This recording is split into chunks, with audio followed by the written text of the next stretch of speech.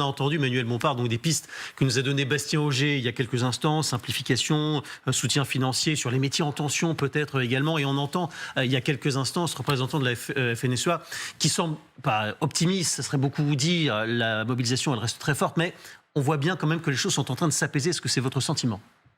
En tout cas, je pense que les réponses qui sont en train d'être élaborées ne répondent pas aux problèmes structurels de cette crise agricole. Les problèmes structurels de cette crise agricole, c'est la question des revenus. Moi, je discute, comme tout le monde, j'imagine, beaucoup avec des agriculteurs qui sont mobilisés ces derniers jours. Ils nous disent on veut vivre de notre travail, de nos productions. Et là, aucune des mesures qui sont proposées me semble être de nature à répondre à cette difficulté. Premier problème structurel. Deuxième problème structurel, c'est la question de la concurrence déloyale. C'est-à-dire que vous demandez à des agriculteurs en France de respecter un certain nombre de conditions environnementales, sanitaires, j'y suis favorable. Mais vous ne pouvez pas en même temps dire on va importer des produits d'ailleurs dans le monde qui, eux, ne sont pas soumis à ces mêmes réglementations et qui donc viennent avec un avantage concurrentiel. Ça, c'est impossible. Donc, qu'est-ce qu'il faut faire ? Premièrement, il faut avoir des mesures sur les revenus. Je le dis d'autant plus que le 30 novembre dernier, j'ai porté au nom de la France Insoumise, dans notre niche parlementaire, une proposition de loi pour introduire ce qu'on appelait des prix planchers, pour faire en sorte qu'on n'aille pas, parce que la grande distribution, les industries agroalimentaires sont plus fortes, qu'on ne puisse pas pressuriser les agriculteurs à tel point qu'on achète leurs produits à un prix qui ne permet même pas de couvrir leurs matières premières ou leur travail. Donc on sait où va votre priorité. On avait bien retenu le fait que vous aviez fait une proposition de loi dans ce sens. On va y revenir dans un tout petit instant. On va ouvrir tous les tiroirs sur le fond. Mais d'abord, vous faites part de votre insatisfaction de fait, même si le gouvernement annonce de nouvelles mesures demain. Quand on va regardez, ce sont des images en direct d'Action encore ce soir. On est notamment nos équipes auprès d'agriculteurs qui, là, ils arrivent à Limoges, ils vont y dormir, ils partent d'Agen et ils vont jusqu'à la capitale pour continuer ce blocus de Paris. Vous les soutenez à 200% ces actions, elles sont à 200% justifiées. Marine Le Pen, elle dit que cette crise, elle ne fait que démarrer, elle peut être longue, violente et brutale. Qu'en pensez-vous ? Je soutiens leur mobilisation, oui, parce que leurs revendications me paraissent légitimes. Vouloir vivre de son travail, ne pas être soumis à une concurrence déloyale, ça me paraît être des revendications dans lesquelles je me retrouve. Je vais même vous dire, à mon avis, qui concernent là les agriculteurs, mais qui en réalité concernent la population dans son ensemble. Les Français veulent vivre de leur travail et les Français ne sont pas d'accord avec le fait que vous avez une toute petite minorité. Dans le cas de l'agriculture, c'est les grandes industries agroalimentaires, c'est la grande distribution qui s'enrichit sur le dos des consommateurs et des producteurs. Donc c'est des revendications qui sont légitimes et je les soutiens. Je les soutiens. Après, je le dis ici sans aucun problème. Vous soutenez le fond, mais sur la forme, je soutiens, le blocage. Je soutiens leur initiative. Si on veut que le Paris ne soit pas bloqué ou que le pays ne soit pas bloqué, il faut répondre à la colère qui s'exprime, aux inquiétudes qui s'expriment. Il faut apporter des réponses politiques. Après, je le dis franchement, je ne soutiens pas quand on s'en prend à un bâtiment public, comme on a pu le voir ces derniers jours. Ça, c'est des actions que je réprouve, je le dis sincèrement. Mais quand il s'agit de mettre la pression sur le gouvernement pour l'amener à apporter enfin des solutions, oui, effectivement, je le soutiens. Et est-ce que vous rendez hommage de ce point de vue à l'action gouvernementale sur le plan strictement sécuritaire, puisque le ministère de l'Intérieur dit les forces de l'ordre doivent agir avec modération, on n'envoie pas de CRS face à des gens qui souffrent. Et c'est vrai que depuis le début, du côté de la place Beauvau, on appelle à la modération avec la prudence pour ne pas envenimer la situation. Que pensez-vous de cette position ? Est-ce que vous la soutenez aussi ? Ça me fait un peu sourire parce parce que j'ai connu d'autres mobilisations sociales ces dernières années. Je pense à la mobilisation des Gilets jaunes, je pense à la mobilisation contre la réforme des retraites. Il y avait plus de violence. Je pense aux initiatives de militants écologistes qui décident de s'installer sur une route. Où je me rappelle que ces mots-là, on ne répond pas à la colère ou aux inquiétudes avec des CRS, n'avaient pas été prononcés. Mais néanmoins, je préfère que cette technique de maintien de l'ordre-là soit employée que celle qui a été employée hier. Et vous reconnaîtrez au moins que j'ai le mérite de la cohérence. C'est-à-dire, moi, j'ai toujours dit à chaque fois, il ne faut pas réprimer, il faut répondre aux problématiques qui sont posées. Donc si le gouvernement, j'ai envie de dire, vient maintenant sur la logique qui est la nôtre, je m'en satisfais. Alors, l'une des logiques qui sont à vous, c'est, vous l'avez dit, la question de la rémunération. Et vous l'avez dit, vous avez proposé une loi sur un prix plancher dans la grande distribution, en tout cas pour les matières premières. Marc Fesneau, en fait, il vous a répondu ces derniers jours. Il a dit ceci: ce sont des mesures démagogiques, selon le ministre de l'Agriculture. Il précise que ce serait une concurrence déloyale. Vous qui vous en preniez tout à l'heure à la concurrence déloyale sur le marché européen. Alors votre réponse à vous, maintenant. Alors, bon, d'abord, je veux dire que c'est des mesures nécessaires. Vous avez aujourd'hui, par exemple, dans l'année 2023, vous avez les prix alimentaires qui ont augmenté de 12%. Et dans le même temps, vous avez les prix d'achat aux agriculteurs qui ont baissé de 10%. Pourquoi ? Parce qu'au milieu, vous avez les marges de l'industrie agroalimentaire qui ont augmenté de 70% en 2 ans. Ça, c'est une vérité.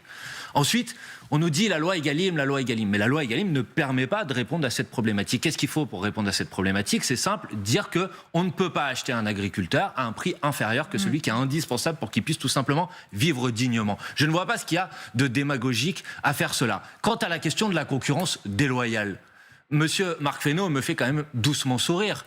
Il fait partie d'un gouvernement qui a approuvé l'accord de libre-échange avec la Nouvelle-Zélande, qui, encore la semaine dernière au Parlement européen, ses députés, les eurodéputés macronistes, ont voté en faveur d'un accord de libre-échange avec le Chili, ont voté en faveur d'un accord de libre-échange avec le Kenya, et il nous dit c'est votre mesure qui va créer de la concurrence déloyale. Excusez-moi, c'est franchement à mourir de rire, pardonnez-moi du terme. Là, donc on entend votre réponse. Je reste juste un instant sur la grande distribution, parce que Marc Fesneau, il ne dit pas que ça. Il pointe du doigt les distributeurs et les industriels. Il y a, dit-il, un sujet de répartition de marge, ça devrait pouvoir vous convenir, ça.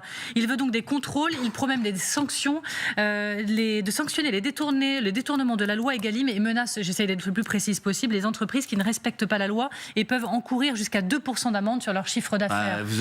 Ça va dans le bon sens. Mais vous aurez appris. En gros, est-ce que vous êtes de ceux qui disent la grande distribution se planque en ce moment, il faut aller les chercher, les mettre au pied du mur, et ils ont raison. Mais oui, mais attendez, là vous aurez appris à l'instant qu'avant on avait le droit de désobéir à la loi, c'est ça ? Enfin, je veux dire, c'est quand même extraordinaire. Marc Fesneau, la seule annonce qu'il a à nous faire, c'est de nous dire que désormais la loi va être appliquée. La loi devait déjà être appliquée avant. Mais est-ce que ça vous convient ? Non, parce que cette loi est insuffisante, elle ne règle pas le problème.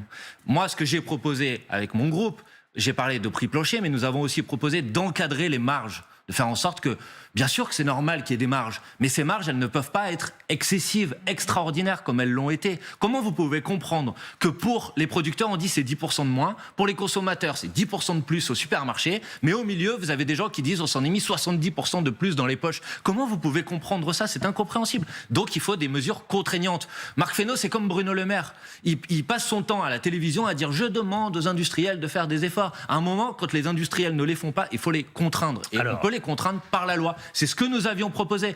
Et là, quand je vois tous ces gens qui font le tour des plateaux de télévision pour dire je comprends la souffrance des agriculteurs, je pense aux députés macronistes, aux députés les Républicains, je rappelle que notre proposition de loi, il a manqué 6 voix à l'Assemblée nationale pour la voter, et que les députés macronistes et les députés républicains ont voté contre. Donc il aurait fallu s'en rappeler avant. Ça vous fait sourire quand Gérald Darmanin parle de prudence, de retenir, ça vous fait sourire quand Marc Fesneau parle également de sourire, c'est peut-être pas le bon terme. Est-ce que ça vous fait sourire également quand Emmanuel Macron dit qu'il va appeler Ursula von der Leyen avant, visiblement on a la réponse, pour s'entretenir, il va s'entretenir avec elle avant le sommet. Il va demander à Bruxelles des dérogations sur les jachères et visiblement, si on en croit le Figaro, en tout cas, Bruxelles a l'intention de lâcher un petit peu du lest. Est-ce que il a raison, le président, là-dessus ? Mais moi je ne suis pas, je le dis, et ça peut être même un point de désaccord parfois avec certains agriculteurs qui sont mobilisés. Moi je ne suis pas d'accord avec le fait que en gros, pour masquer l'incapacité du gouvernement à s'attaquer au problème des rémunérations, pour s'attaquer au problème de la concurrence déloyale, on jette en pâture les réglementations environnementales. Je ne suis pas d'accord avec ça. Je pense que les réglementations sanitaires et les réglementations environnementales, elles sont nécessaires. Elles sont nécessaires pour la société dans son ensemble, mais je vais même vous dire, elles sont nécessaires pour les agriculteurs eux-mêmes. Parce que qui souffre les premiers de l'utilisation de produits qui sont dangereux pour la santé ? C'est les agriculteurs qui les manipulent au quotidien. Et quand on a des mesures qui permettent de maintenir la biodiversité, c'est aussi des mesures qui permettent de maintenir une certaine fertilité des terres, qui permettent de faire en sorte que l'agriculture soit durable demain. Et donc là, je le dis sans aucune difficulté, avec certains agriculteurs, je pense que le gouvernement va essayer de vous amener sur ce terrain la question de la réduction des normes sanitaires environnementales, et je pense que c'est une erreur. Certaines normes, elles sont nécessaires. Moi, je suis favorable à ce que, par exemple, il y ait 100% de bio et de local dans les cantines scolaires. C'est une norme. C'est le type de norme dont l'agriculture française a besoin. Bon, ça reste l'une des principales revendications des agriculteurs. Pas tous, je pense. Non, je dis que c'est l'une des principales revendications dans les cortèges. C'est pas forcément la seule. Ils sont pas forcément tous d'accord. Voilà. Mais je vous ai dit ce que je soutenais et ce avec quoi je pense qu'il faut discuter. Après les agriculteurs, dont certains n'excluent pas d'ailleurs de manifester demain en marge du discours de politique générale de Gabriel Attal, ce sont les principaux syndicats enseignants qui vont également faire grève jeudi. C'était déjà prévu, je précise. Mais aujourd'hui, on a vu les images de taxis qui se sont également mobilisés. Une mobilisation, puis une autre, puis une autre. Vous la souhaitez, vous, la conversion convergence des colères, la convergence des luttes. Et est-ce que vous appelez à cette convergence des colères et convergence des luttes? Il faut bien faire ça, parce que vous voyez bien que ce qui est à l'ordre du jour demain, c'est pas un discours de politique générale, c'est un programme de souffrance générale pour les Français. 10% d'augmentation du prix de l'électricité jeudi, 10%. Les prix des autoroutes qui vont augmenter, le doublement des franchises médicales pour les médicaments, hein. De 50 centimes les à un prix euro. des mutuelles qui vont augmenter. Voilà, ça c'est ce qui est à l'ordre du jour s'il n'y a pas de mobilisation populaire. Donc oui, bien sûr, il ne faut pas laisser le gouvernement continuer à mettre en place ce programme qui est un programme de maltraitance sociale généralisée. Il faut se lever contre cette politique. Et donc oui, je soutiens toutes celles et ceux qui se mettent en mouvement. Et vous soutenez le mouvement social, vous allez également déposer une motion de censure avec l'ensemble des groupes parlementaires de gauche à l'issue du discours de politique générale. Une motion de censure qui a peu de chances d'aboutir parce que le groupe Les Républicains a indiqué qu'il n'avait pas l'intention de la voter. Mais ça, c'était avant les décisions du Conseil constitutionnel sur la loi immigration le 25 janvier dernier. Donc peut-être que les choses pourraient évoluer du côté des Républicains. Leur position pourrait changer, vous le croyez ou pas? Moi je dis les tartufferies, ça suffit. C'est-à-dire venir sur des plateaux de télévision, dire je soutiens. J'ai entendu M. Bardella aller sur une exploitation agricole et dire je soutiens les agriculteurs. M. Bardella, il y a quelques mois de ça, au Parlement européen, il votait en faveur des plans stratégiques nationaux. C'est la déclinaison nationale de la politique agricole commune.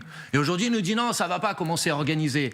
Donc, je disais, les députés macronistes, ils viennent aujourd'hui sur les plateaux dire je suis avec vous. Et puis, au Parlement européen, leurs amis votent les accords de libre-échange. Donc, ça suffit, en fait, les doubles discours, les doubles langages permanents. Donc là, ceux qui ne sont pas d'accord avec la politique gouvernementale, ils ont l'opportunité de l'exprimer. C'est à ça que sert une motion de censure. Nous en déposons une et nous verrons en quelque sorte la vérité des prix. Ceux qui font, j'ai envie de dire, des ronds de jambes sur les plateaux de télévision et ceux qui mettent en cohérence leurs paroles et leurs actes. Nous, on a nos idées. Tout le monde n'est pas obligé d'être d'accord avec nous, mais quand on dit quelque chose, on le fait. Et je pense que cette constance, elle est appréciée des Français. Manuel Bompard, dernière question. Nouvelle levée de bouclier, on l'a vu sur les réseaux sociaux, après la déclaration de Jean-Luc Mélenchon hier, qui a refusé de qualifier de pogrom ce qui s'est passé le 7 octobre dernier, affirmant que l'organisation islamique avait attaqué le peuple hébreu, non parce qu'ils étaient juifs, mais parce qu'ils étaient israéliens. Je le dis, il y a eu beaucoup de réactions. On l'a encore vu avant de rentrer sur ce plateau sur les réseaux sociaux. Du coup, la question, est-ce que vous reprenez ces mots et cette vision? D'abord, je ne crois pas que ce soit ce qui se soit passé hier dans cette émission. Il a, je crois, Jean-Luc Mélenchon, à un moment interrompu la question du journaliste qui était en face de lui. Il n'a pas dit qu'il utilisait tel ou tel terme pour qualifier ce qui s'est passé le 7 octobre. Je vois bien que depuis le 7 octobre, il y a une petite poignée de propagandistes qui essayent de s'en prendre en permanence à la France Insoumise. La France Insoumise a été très claire sur le 7 octobre. Ce sont des actes que nous avons condamnés fermement de toutes nos forces. Et nous disons aujourd'hui, et c'est ce qui nous est reproché par ces gens, nous disons aujourd'hui qu'on ne peut pas accepter qu'un crime succède à un autre crime et que parce qu'il y a eu un crime, ça ne mérite pas qu'il y ait un autre crime en face.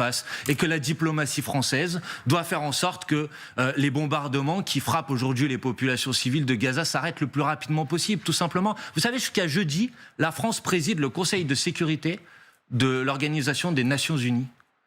Que fait la France pour déposer enfin une résolution pour demander qu'on ait un cessez-le-feu et que ce massacre s'arrête? Il faut que ça s'arrête. On ne peut pas continuer comme ça. Il faut la paix le plus rapidement possible. Ça me paraît un peu plus important que les polémiques que certains essayent de monter sur les réseaux sociaux.